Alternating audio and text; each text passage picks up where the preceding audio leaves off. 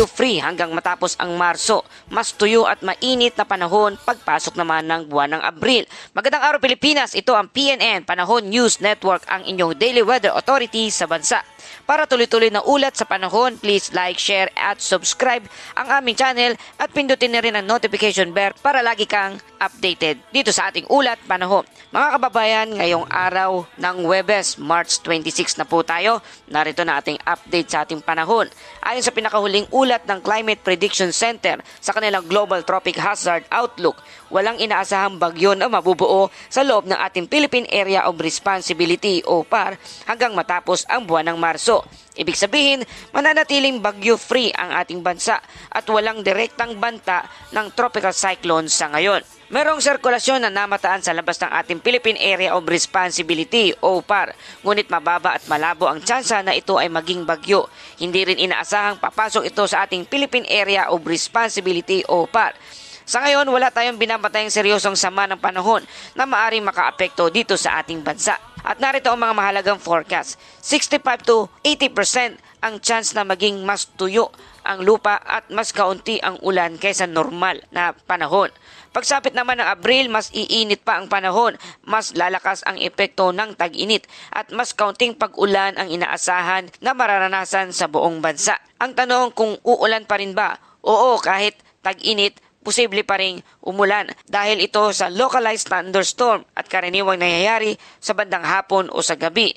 So patuloy tayo nagbibigay ng babala at biglaang malakas na ulan ay posibleng pagbaha at pagkulog at pagkidlat ang mararanasan sa ibang bahagi ng ating bansa.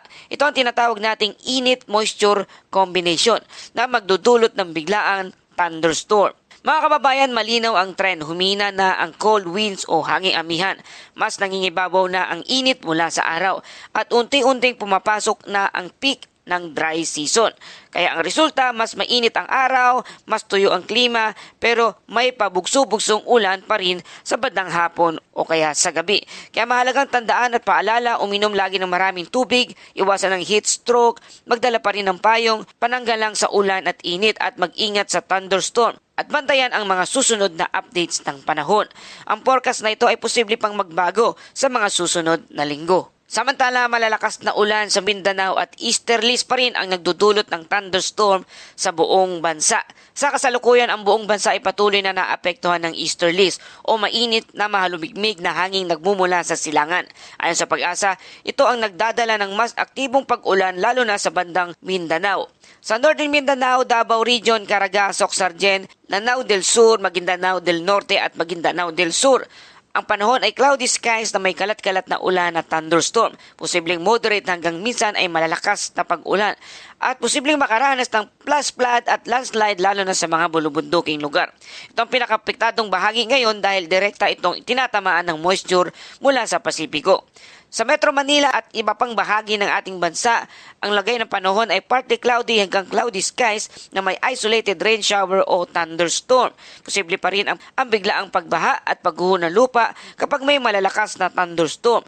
Mainit sa tanghali pero asahan ang pagbugso-bugsong ulan sa bandang hapon o sa gabi. At sa lagay ng ating hangin at karagatan sa Northern at Eastern Luzon at Eastern Visayas, ang hangin ay light to moderate winds na may direksyon mula northeast to east na may alon naman na 0.6 hanggang 2.1 metro ang taas. Sa natitirang bahagi ng bansa, ang hangin ay light to moderate winds na may direksyon from northeast to north na may alon mula 0.6 hanggang 1.8 metro ang taas. Sa kabuuan, ligtas pa rin ang paglalayag ngunit mag-ingat sa biglaang thunderstorm sa ilang mga lugar. Para sa ating temperatura, pinakamababang temperatura na itala 21.4 degrees Celsius at ang pinakamataas naman 32.7 degrees Celsius. Mga kababayan, ramdam ang init dahil sa mataas na humidity, kaya mas maalinsangan kahit hindi extreme ang temperatura. Mga kababayan, narito ang malinaw na sitwasyon ngayon. Easterlies ang dominanting weather system sa ating bansa at nagdadala ito ng moist air mula sa Pasipiko.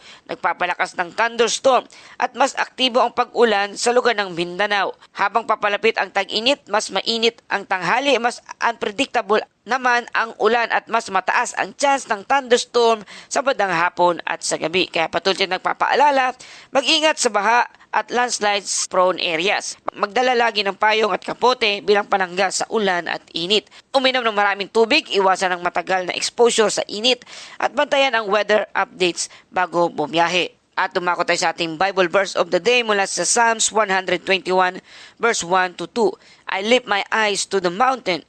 Where does my help comes from? My help comes from the Lord, the maker of heaven and earth. Mga kababayan, sa gitna ng unos at pagbabago ng panahon, ang ating tulong ay nagmumula sa ating Panginoon. Siya ang ating kanlungan sa bawat araw, sa bawat bagyo ng buhay. Panginoon, salamat sa iyong patuloy na patnubay at kalakasan at pag-iingat at probisyon sa lahat ng aming mga pangangailangan sa araw-araw. Ang lahat ng aming tulong ay nagmula lamang sa iyo, dakilang kayamanan at kabutihan. Ito aming dalangin sa pangalan ni Jesus. Amen. Muli, ito ang PNN, Panahon News Network, ang inyong daily weather authority sa bansa. Kung nakatulong sa inyo ang ulat na ito, please like, share, and subscribe sa ating channel para araw-araw na weather update at bagyo monitoring. Mag-ingat po tayong lahat at magkita-kita tayo sa susunod na ulat panahon.